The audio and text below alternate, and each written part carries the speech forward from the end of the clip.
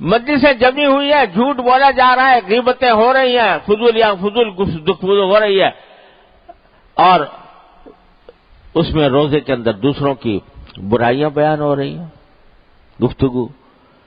افطار پر اکٹھے ہو گئے ہیں، تراویح کے بعد جمع ہو گئے ہیں، دن کے وقت میں کہیں روزہ گزارنے کے لیے مجلس جمی ہوئی ہے اور اس میں جھوٹ بولا جا رہا ہے، اس میں غیبتیں ہو رہی ہیں، یہ کیا غیبہ ہوا، یہ کیا روزہ ہوا؟ حدیث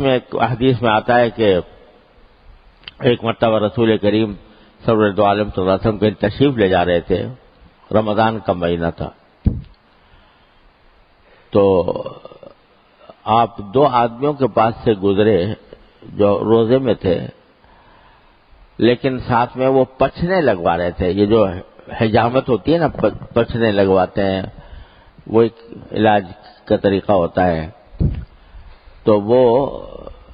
پچھنے لگوا رہے تھے، ایک آدمی لگا رہا تھا، دوسرا لگوا رہا تھا، اور ساتھ ساتھ باتیں بھی کرتے جا رہے تھے، ان باتوں میں غیبت بھی شامل تھی، کسی کی غیبت ہو رہی تھی۔ تو جب رسول کریم صلی اللہ علیہ وسلم نے ان کو دیکھا تو فرمایا کہ افطر الحاجم والمحجوم، یہ جو پچھنے لگا رہے ہیں نا صاحب، ان کا بھی روزہ گیا، اور جن کے پچھنے لگ رہے ہیں ان کا بھی روزہ گیا، دونوں کے روزے چلے گئے۔ اب بعض فقہا نے تو اس کا مطلب یہ لیا کہ حجامت کی وجہ سے، یعنی پچھنے لگانے سے روزہ ٹوٹ جاتا ہے، حالانکہ یہ مطلب نہیں ہے صحیح حنفی قول کے مطابق۔ مطلب یہ ہے یہ جو غیبت کر رہے ہیں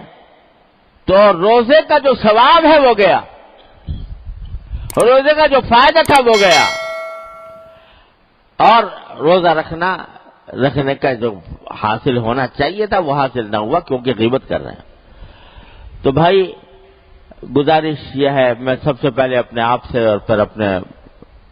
مخاطب حضرات سے، کہ رمضان کے مہینہ کم از کم اس طرح گزار لیں کہ تقوی کی کچھ تربیت، تقوی کی منزل کی طرف کچھ پیش قدمی ہو۔ جب کھانا پینا چھوڑا ہے تو گناہ بھی چھوڑیں، ہر طرح کے گناہ، اور اس گناہ کے چھوڑنے کا پکا اسی طرح عزم کر لیں جیسے روزے کے اندر نہ کھانے نہ پینے کا کرتے ہیں۔ جس طرح یہاں اپنے نفس پر مشقت ڈال کر، محنت ڈال کر زبردستی کرتے ہیں، اس طرح وہاں پر بھی زبردستی کرنے کی عادت ڈالے تو رمضان کا صحیح فائدہ انشاءاللہ حاصل ہوگا۔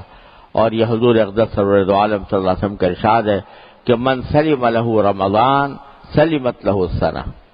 اگر کسی کا رمضان سلامتی سے گزر جائے تو اس کا سال سلامتی سے گزرے گا انشاءاللہ۔ تو اللہ تعالیٰ اسی طرح سلامتی کے ساتھ ہمارا یہ رمضان گزار دے کہ اللہ تعالیٰ کے اطاعت کی توفیق ہو اور گناہوں سے بچنے کی توفیق ہو اور زیادہ سے زیادہ اللہ تعالیٰ کی طرف رجوع کرنے کی توفیق ہو، تو انشاءاللہ پھر یہ رمضان لعلکم تتقون جو اللہ تعالیٰ نے امید ظاہر فرمائی ہے وہ انشاءاللہ وہ ہمارے لیے حقیقت بن سکے گی۔ اللہ تبارک و تعالیٰ اپنے